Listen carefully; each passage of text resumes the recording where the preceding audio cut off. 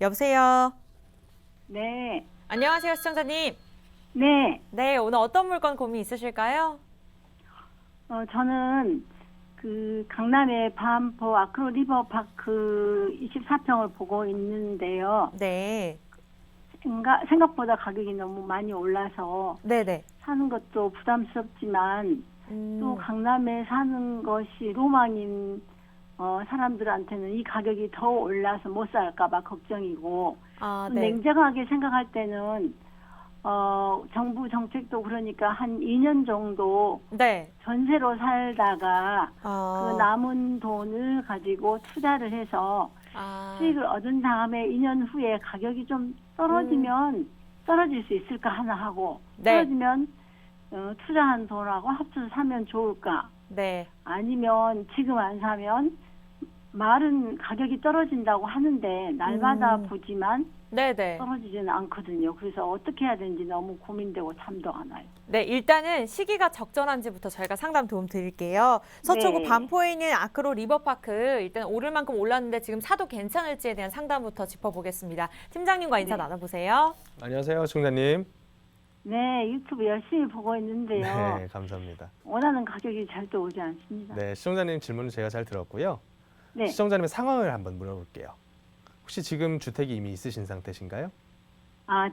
제가 살려고 하는 게 아니라 네, 딸이 그 네. 직장생활 5년째 됐고요. 네, 또 제가 그 전에부터 증여한 돈이 있어가지고 그걸 합쳐서 그것도 부족해서 이제 조금 더 증여를 해서 살려고 하는데 네, 증여세는 감수를 한다 하더라도 증여세를 내면서까지 네. 사실 꼭지라고 하는 이 상황에서 사야 되는지 그런데 사실은 또 굉장히 불안해. 왜냐하면 정부에서나 모든 상황으로 봐서는 가격이 다운될 거다 하지만 실제로 보면 전혀 다운되지 않고 있기 때문에 이제 못 사면 영 못 사지 않을까. 시청자님이 말씀하신 그 내용이 뭐냐면 지금 부동산 관심 가지는 모든 사람들이 궁금해하는 내용이에요.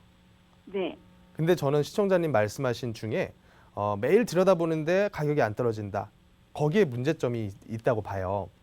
네, 매일 들여다보면 당연히 가격은 안 떨어져요. 차라리 네. 들여다보지 마세요. 아, 부동산이 주식처럼 매일매일 일봉이 나오고 분봉이 나오고 하는 상품이 아닙니다. 지금 8월 달 이후부터 강남권 일대는 거래 자체가 없어요. 거의 한 맞아요. 건도 저도 없는 단지가 계속 보는데 네. 거래가 없었어요. 거의 한 건도 없는 단지가 대부분이에요. 네, 그러면 지금은 부동산 거래 시계 자체가 멈춰 있다는 얘기예요. 네, 그 상태에서 백날 천날 들여다봤자 소용이 없어요. 예. 우리가 불과 1년 전까지만 하더라도 강남에 있는 재건축 4억, 5억 빠진 거 이미 봤어요. 네, 19억, 20억 가던 게 15억, 16억대 물건이 나와 있었어요. 예, 근데 그리고 나서 코로나가 터지고 나서 가격이 더 올랐어요.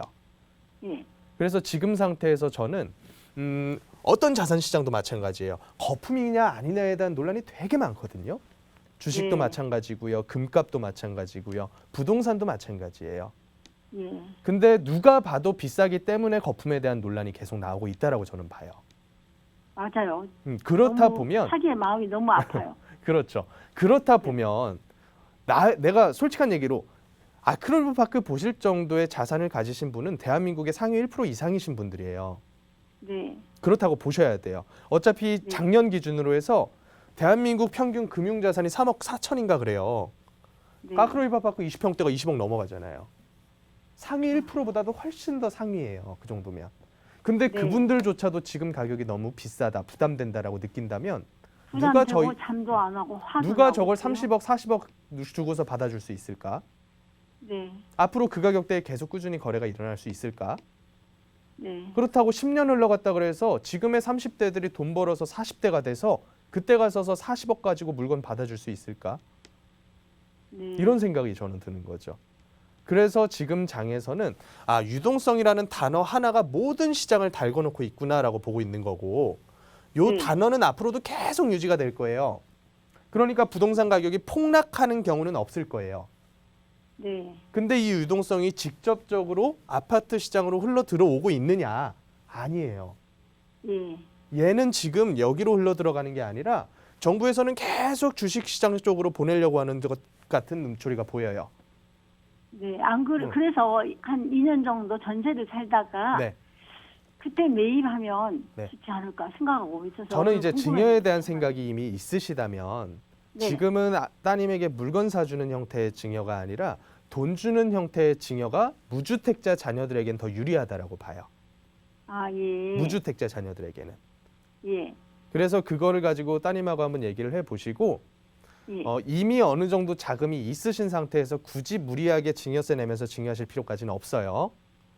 앞으로 네. 무주택자이신 분에게는 매수에 대해서도 기회가 굉장히 많고요. 청약에 대해서도 기회가 많아요. 예. 그래서 이런 부분들에 대해서 본인이 공부를 해서 본인이 하실 필요가 있을 것 같아요. 따님께서. 예.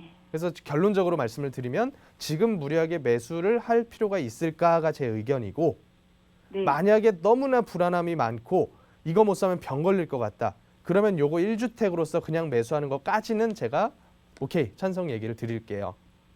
다만 너무 그런데 비싸다. 네. 그것보단 저는 전체적으로 투자도 생각을 하거든요. 투자로서 저는 아니라고 보는 거죠. 매력이 별로 없어요. 아니, 아파트 투자가 아니라 전세를 살고 그 남은 돈을 증여를 해가지고 네. 투자를 다른 증권에 투자를 해서 네. 하는 것이. 그건 100번 모르고- 좋은 얘기라고 저는 봐요. 아, 예. 근데 그 투자 대안을 뭘 고르느냐는 본인의 능력이시니까 이거에 대해서 네. 공부를 많이 해보시자고요. 네. 네, 여기까지만 정리하겠습니다.